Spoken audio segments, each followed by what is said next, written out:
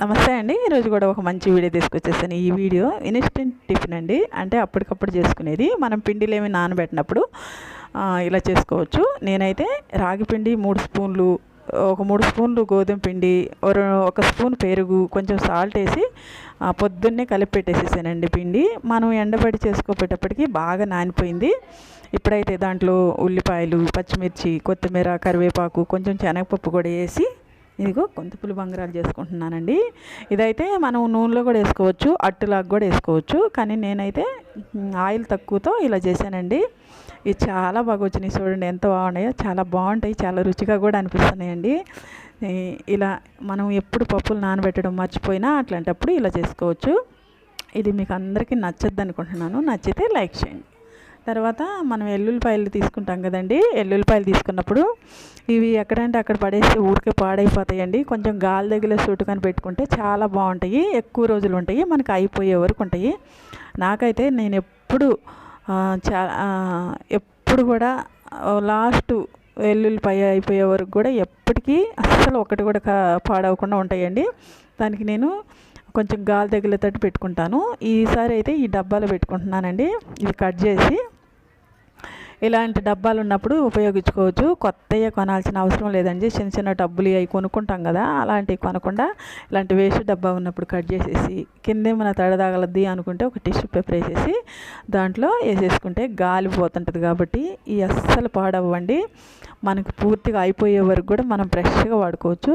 మనకి మంచిగా ఇలాంటి ఐడియా చాలా బాగుంటుందని మీకు అందరికీ చూపిస్తున్నాను.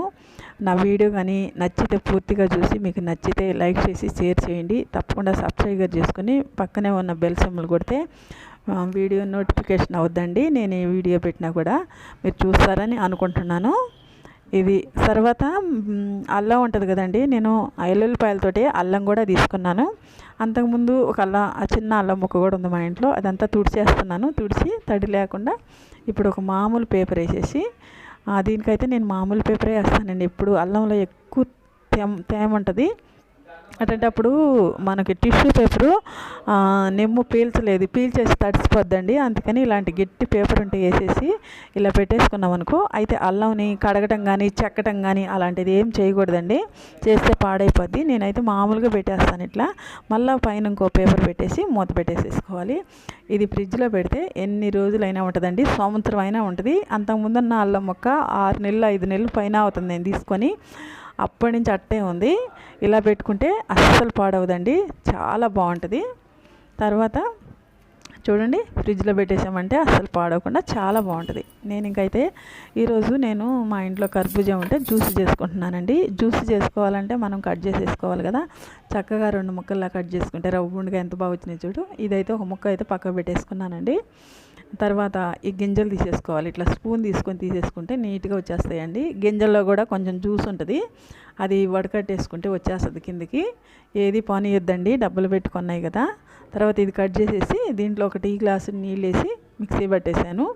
అయితే స్వీట్గా తినేవాళ్ళు కానీ అయితే చక్కెర వేసుకుంటే 2 స్పూన్లు ఇంకా బాగుంటుందండి. మేము చక్కెర వేసుకోం కాబట్టి నేను మామూలుగా పట్టేసేసాను మిక్సీ. ఇప్పుడు 2 గ్లాసులకు వచ్చింది.